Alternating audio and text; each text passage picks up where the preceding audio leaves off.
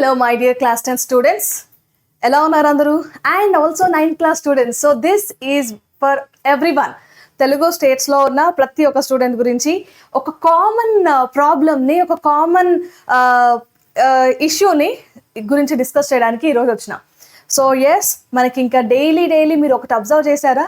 మీరు స్కూల్కి వెళ్ళే టైంకి చాలా చలిగా ఉంటుంది అండ్ మధ్య ఫాగ్ కనిపిస్తుంది అండ్ ఈవినింగ్ వచ్చేసరికి నైట్ అయిపోయిన ఫీలింగ్ ఉంటుంది, రైట్?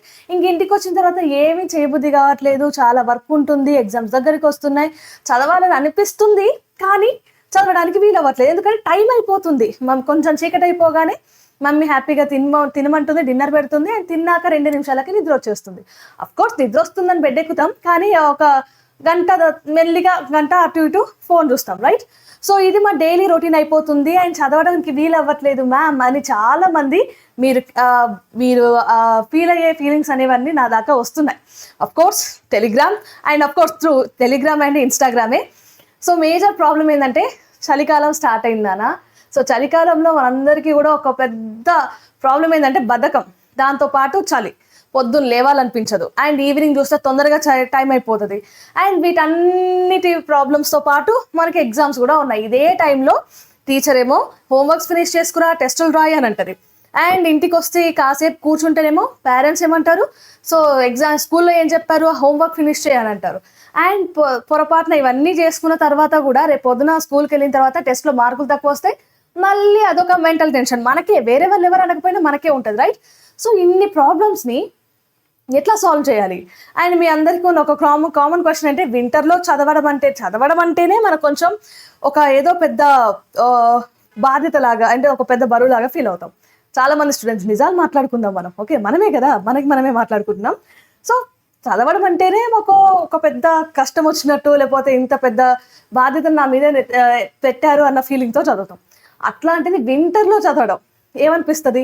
సో వింటర్లో మీకు కొన్ని ఆప్షన్స్ ఇస్తున్నా. ఆప్షన్ ఏ, నిద్ర వస్తుందా వింటర్లో చదవమంటే? ఆప్షన్ బి, లేజీగా అనిపిస్తుందా? ఆప్షన్ సి, టైం తక్కువగా ఉంది కాబట్టి నేను ఇలా కళ్ళు మూసి తెరిచే లోపలే డే అయిపోతుంది అనిపిస్తుందా?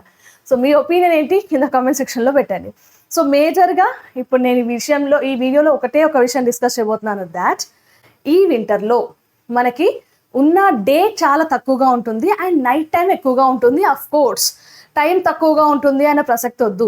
ఇక్కడ ఖచ్చితంగా సమ్మర్లో అయినా ఒక రోజుకి 24 అవర్సే ఉన్నాయి, వింటర్లో కూడా 24 అవర్సే ఉన్నాయి. తగ్గింది టైం కాదు, తగ్గింది మన ఎనర్జీ. సో ఇప్పుడు మనం ఏం చేయాలి? మన ఎనర్జీని పెంచుకోవాలి. సో ఎనర్జీని పెంచుకోవడానికి మనకి ఇప్పుడున్న పరిస్థితులు అనుకూలించకపోతే ఆ ఉన్న టైంని స్మార్ట్గా ఎలా వాడుకోవాలి అనేది చూద్దాం, ఓకేనా? ఫైన్ గైస్, ఇంకా వీడియోలోకి వెళ్ళిపోదాం ఎక్కువ ల్యాగ్ చేయకుండా. అండ్ స్టూడెంట్స్ ఎవరైనా కొత్తగా మన ఛానల్ని వింటున్నట్లయితే, నన్ను కొత్తగా చూస్తున్నట్లయితే, మీరు ఇంకా ఛానల్ సబ్స్క్రైబ్ చేయలేదు అన్నట్టు లెక్క. సో ఇమ్మీడియట్గా మన ఛానల్ సబ్స్క్రైబ్ చేసేయండి, పక్కనే ఉన్న బెల్ ఐకాన్ని క్లిక్ చేయండి. So that so many videos, ఇలాంటి ఎగ్జామ్ రిలేటెడ్ వీడియోస్ అప్డేట్స్ మీరు మిస్ అవ్వకుండా ఉంటారు, సరేనా? అండ్ ఇంకొకటి, ఫస్ట్ ఆఫ్ ఆల్ మనకి ఉన్న ఇప్పుడు స్కూల్కి ఉన్న టైం ప్రకారం మీరు అందరూ కూడా మార్నింగ్ స్కూల్కి వెళ్తారు కదా.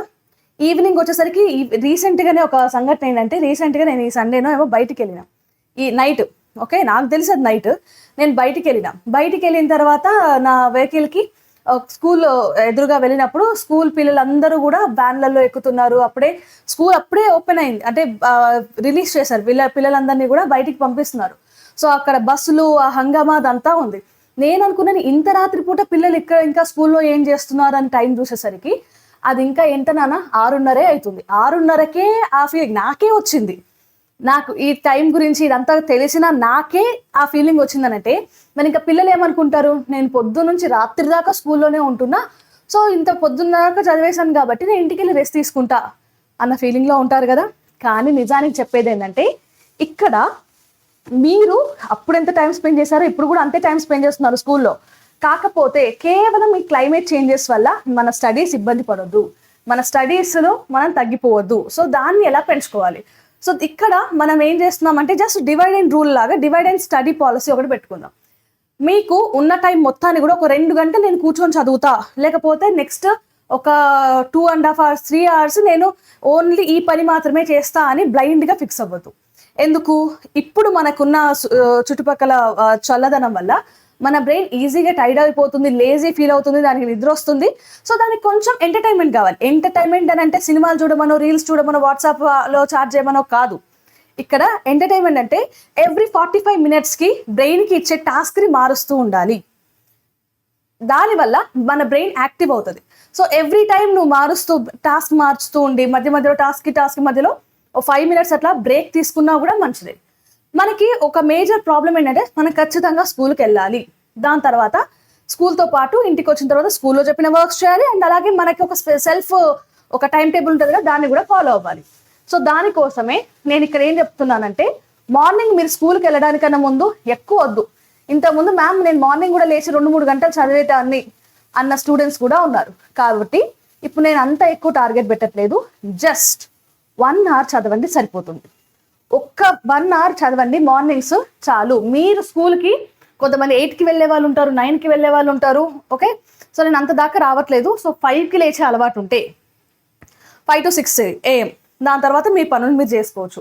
సో మీ స్కూల్ టైమింగ్ బట్టి ఈ స్లాట్లో ఏదో ఒకటి బుక్ చేసుకొని డైలీ అదే టైంకి లేవడానికి ట్రై చేయండి. మ్యామ్ మీరు 1 hour చదవమన్నారు కదా, అందుకని నేను 1 hour చదువుతూ కూర్చుని నాకు స్కూల్కి లేట్ అయింది, స్కూల్లో మ్యామ్ నన్ను తిట్టింది, ఇలాంటి కారణాల వల్ల మళ్ళీ మీరు 1 hourని వదిలేయొద్దు.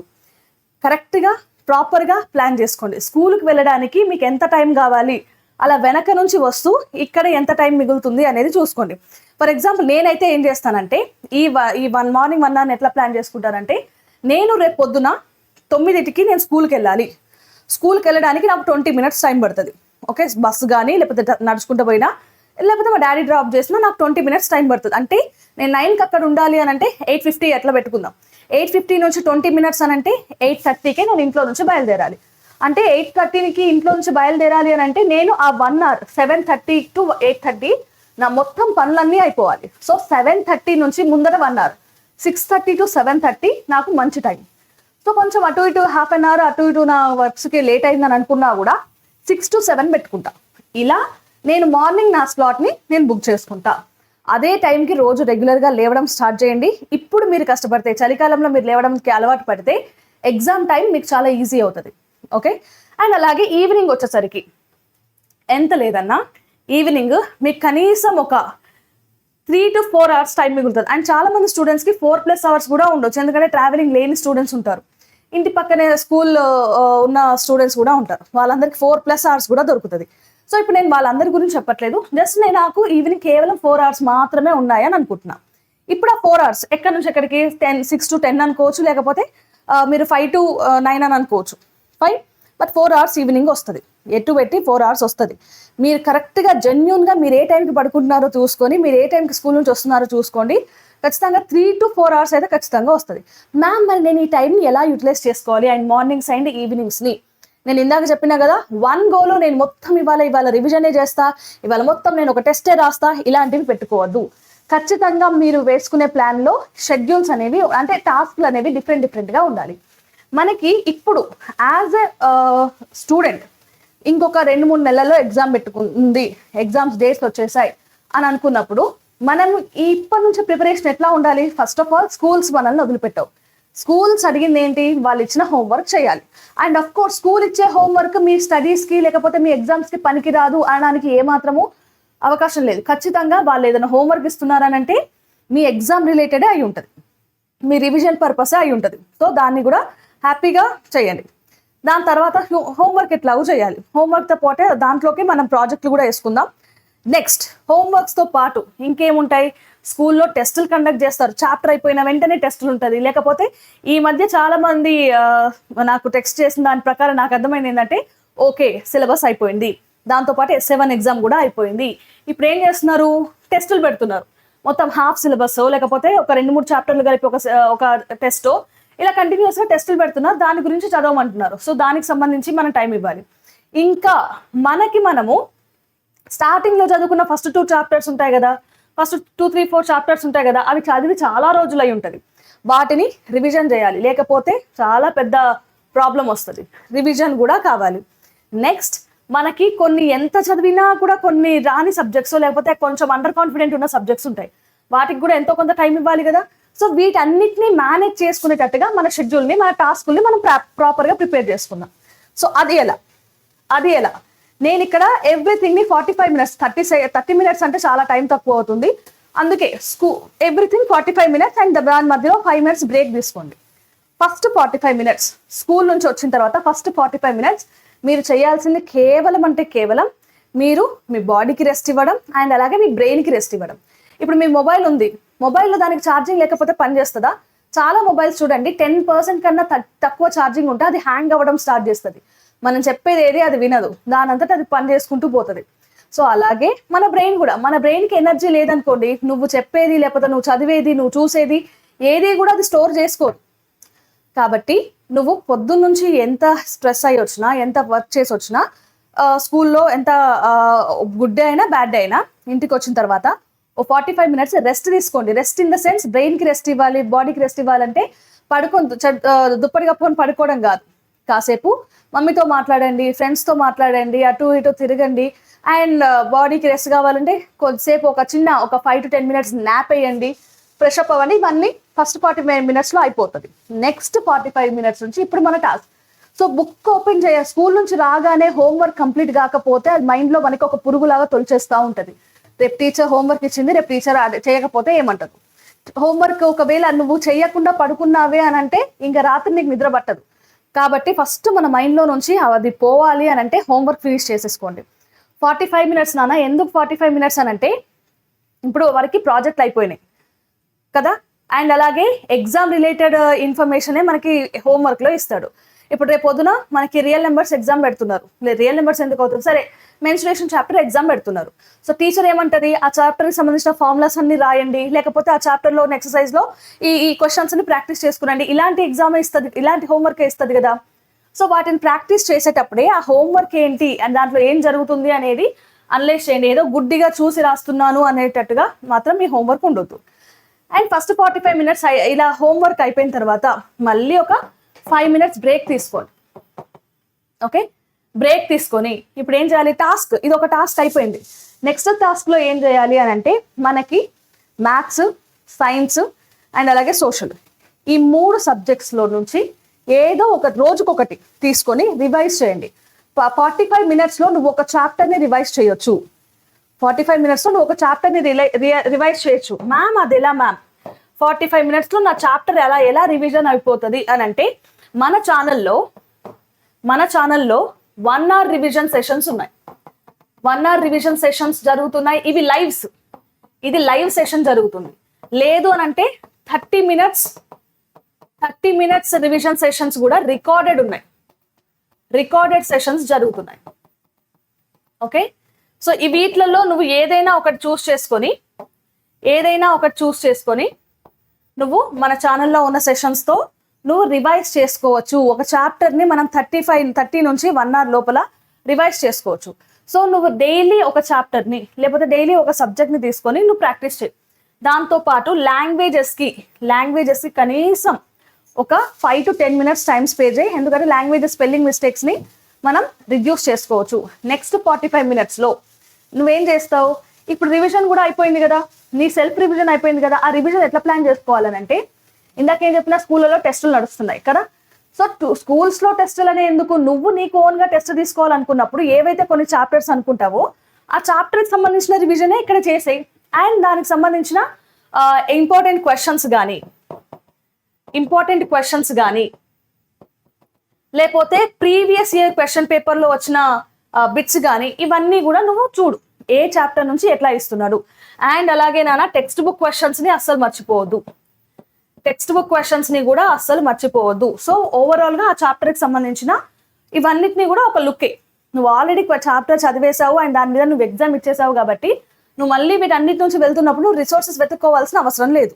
ఒకవేళ నీకు వెతుక్కోవాలి నా దగ్గర లేవు అని అనుకుంటే మన ఛానల్లో ఆల్ సబ్జెక్ట్కి సంబంధించిన 1 shots జరుగుతున్నాయి. నువ్వు వాటి నోట్స్ డౌన్లోడ్ చేసుకొని రివైజ్ చేయొచ్చు అండ్ ఇంపార్టెంట్ క్వశ్చన్స్ని కూడా చూడొచ్చు. యూట్యూబ్లో ఎవ్రీథింగ్ ఈజ్ దేర్ నాన్న.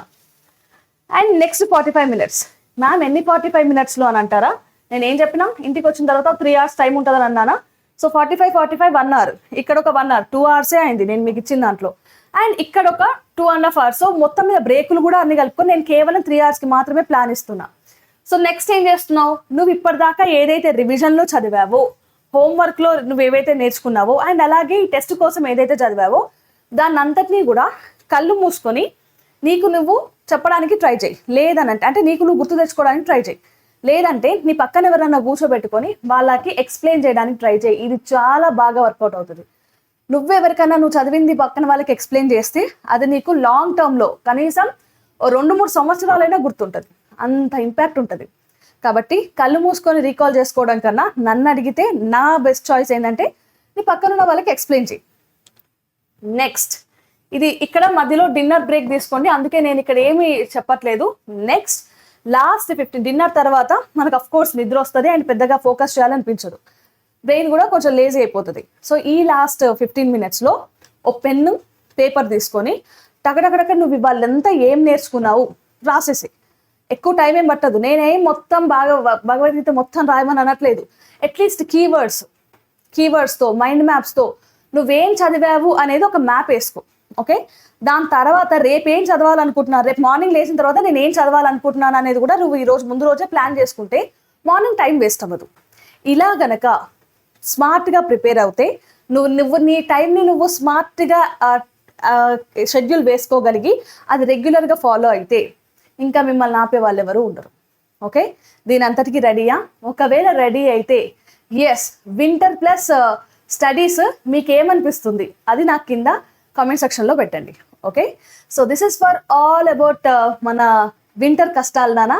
సో ఇంకా మీకు వింటర్లో ఏమైనా కష్టాలు ఉన్నాయి ఇలాంటివి కాకుండా అనుకుంటే do let me know in the comment section. మనం దాని గురించి కూడా మాట్లాడతాం. ఓకే, అండ్ మోర్ ఓవర్ నానా ఇక్కడ ఇంకొక విషయం మీకు రిమైండ్ చేయాల్సింది ఏంటంటే, మీరు ఇప్పుడు రీకాల్ చేసుకుంటున్నారు, మధ్యలో డౌట్ వస్తుంది చదివేటప్పుడు, లేకపోతే ఒక షార్ట్ నోట్స్ కావాలి రివిజన్ చేసుకోవాలనుకుంటున్నారు, రైట్? వీటన్నిటికీ యూట్యూబ్కి వెళ్ళి ప్రతి ఒక్క టైటిల్ కొడితే చాలా వీడియోస్ వస్తాయి. అవన్నీ చూసి టైం వేస్ట్ చేసుకోవడం కాకుండా మన వేద్ యూజర్స్ అందరికీ కూడా ఫ్రీ ఉంది. సో కాబట్టి ఇందులోనే ఇన్స్టా సాల్వ్ ఉంది, లెర్న్ లిస్ట్ ఉంది, లెక్చర్ లెన్స్ ఉంది, స్కోర్ బూస్టర్ ఉంది. మీకు కావాల్సిన ఏదైనా ఇస్తుంది మన వేద్ AI. ఒక టీచర్ లాగా మెంటర్ లాగా ఉంటుంది కాబట్టి యూటిలైజ్ చేయండి. స్మార్ట్ ప్రిపరేషన్ అంటే ఇలాంటి టెక్నాలజీని కూడా ఇంక్లూడ్ చేస్తేనే అవుతుంది. సో దీనికోసం మీరు కింద డిస్క్రిప్షన్లో లింక్ ఉంది, లేదంటే మన ఈ మన వేదాంత్ యాప్ని మీరు అన్ఇన్స్టాల్ చేసి ఇన్స్టాల్ చేసినా కూడా అందులో ఈ వేద్ వస్తుంది. ఓకే, వేద్ని ఎలా వాడాలి అనే ఒక డౌట్ ఉంటే నేను మన ఛానల్లో క్లియర్గా ఒక వీడియో చేసి పెట్టాను, అదొకసారి చూడండి. Fine. So by for today guys, will meet you in the next video. Okay.